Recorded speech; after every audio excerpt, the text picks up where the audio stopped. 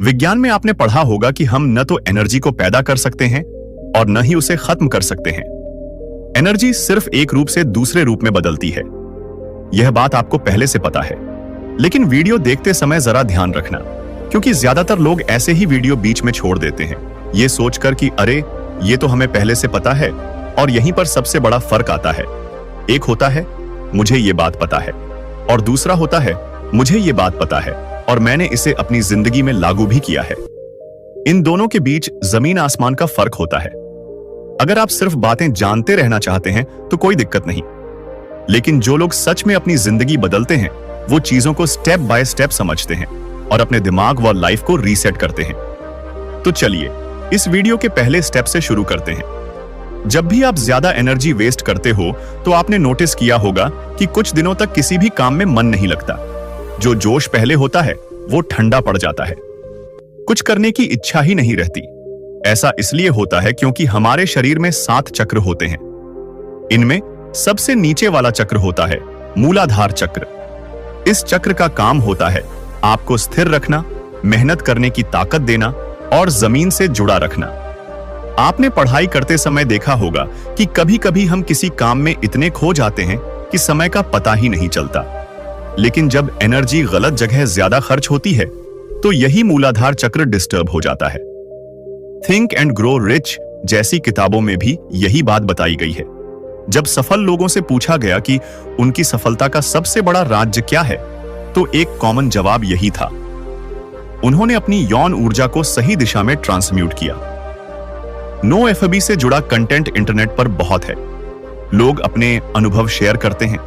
कोई कहता है उसका मूड बेहतर हो गया, कोई कहता है वो ज्यादा देर तक फोकस कर पा रहा है, किसी का कॉन्फिडेंस इतना बढ़ गया कि लोग खुद उसकी ओर आकर्षित होने लगे।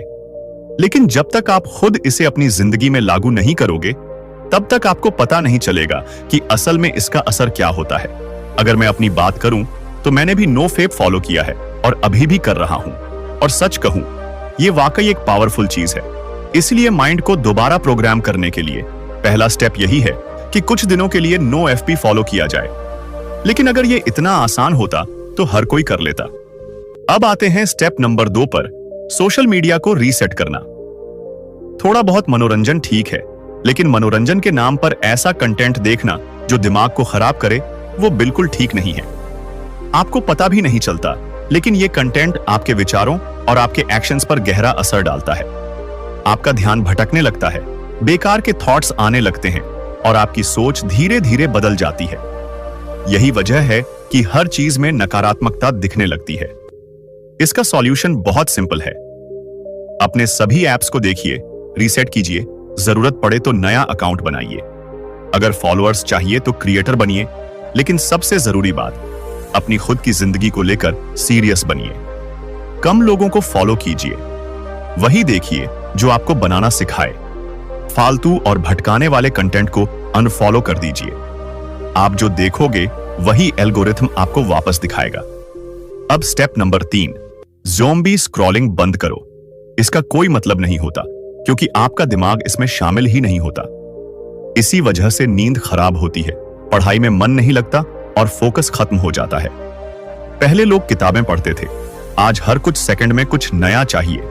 इसी कारण पेशेंस धीरे धीरे खत्म होती जा रही है। इसलिए घंटों तक बेवजह स्क्रॉल करना बंद कीजिए। फोकस और पेशेंस दोनों वापस आएंगे। अब स्टेप नंबर 4, मेंटल मास्टरी। हम ज्यादातर या तो अतीत में जीते हैं या भविष्य में, प्रेजेंट में बहुत कम रहते हैं। ओवरथिंकिंग एनर्जी को लीक करती है।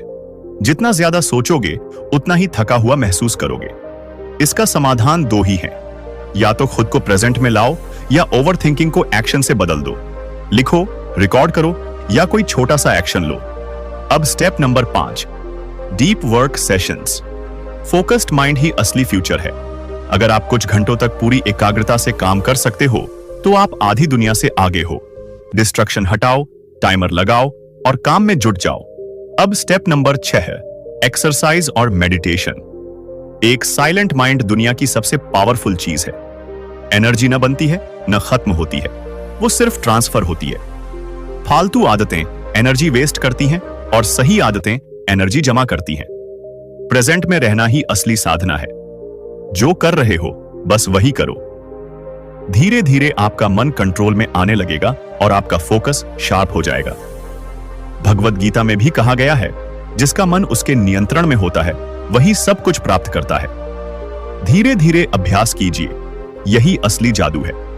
वीडियो अच्छी लगी तो वीडियो को एक लाइक करें और हमारे चैनल को सब्सक्राइब जरूर करें, तभी आपको हमारा अगला वीडियो मिलेगा। धन्यवाद।